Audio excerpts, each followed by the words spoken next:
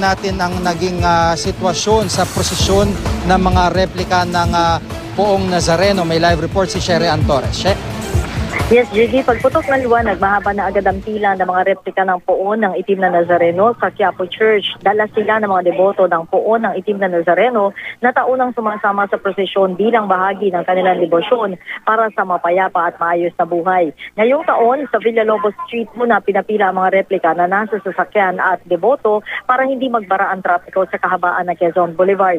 Ang ibang replika na pinapasan lang, pinayagan naman maghintay para sa alas 3 na prosesyon sa Plaza Miranda. Noong isang taon, sabi ng Manila Police District, lampas na 400 na replika ng Poon ng Itim na Nazareno ang nakisali sa prosesyon dito para sa taunang selebrasyon ng pista. Ngayong taon daw, asahan na ang mas maraming debotong makikisali sa prosesyon. Kanina umaga, Jiggy, mismo ang hepe ng Plaza Miranda Police Precinct ang nagdala sa mga deboto sa Villalobos Street para pumila habang naghihintay ng prosesyon. Pinaunahan din niya ang pagpapalayo sa mga vendor sa Plaza Miranda. Agad din nilinis ang Plaza Miranda bilang paghahanda sa prosesyon ngayong hapon. Ngayong araw naman, pinayagan pa magtinda sa bangketa ang mga vendor, pero bukas, bawal na sila. Gayunman, ilang oras lang pagkatapos, muling dumami ang mga vendor sa tabi ng Quiapo Church.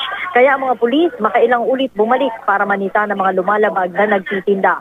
Sa mismo araw ng pista ng Nazareno sa January 9, Biyernes, mahigpit ding ipagbabawal, Gigi, ang paggamit ng stick sa mga street food na nakakasugat sa mga nakapaang deboto oras na matapakan. Pagpatak ng alas 11 na umaga kanina, wala nang tigil ang pagdating ng mga deboto, dala ang kanilang replika. Sa sobrang dami ang 3 lane ng Quezon Boulevard, nagmistulang parking lot. Naging napakatindi rin ang bigat ng daloy ng trapiko rito. Sa Quirino Grandstand, kung saan isasagawa ang misa, pahalik, vigil at prosesyon sa Biyernes, nilagyan na ng bakal na barikada ang paligid. Tuloy din ang pagsasaayo sa magsisilbing altar ng Poong Nazareno. May first aid tent na ang MMDA habang ang mga pulis, GD, kasado na rin ang plano para masiguro ang kaayusan sa lugar sa araw ng pista ng Nazareno. GD?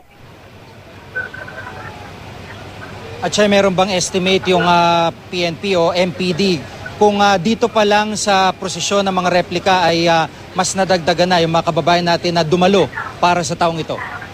Jiggy, actually, ang sinasabi sa atin ng MPD kanina, itong 400 plus na replika, dahil nga ito usually may nakasakay dito na hindi bababa sa 5 tao, no? Ang binibilang talaga nila pagdating sa prosesyon ay yung bilang ng replika. Pero pagdating naman doon sa pangkabuang bilang ng mga deboto na pumupunta, ang bumibilang yan mismo, yung pangkabuuan, ay yung fiesta committee na.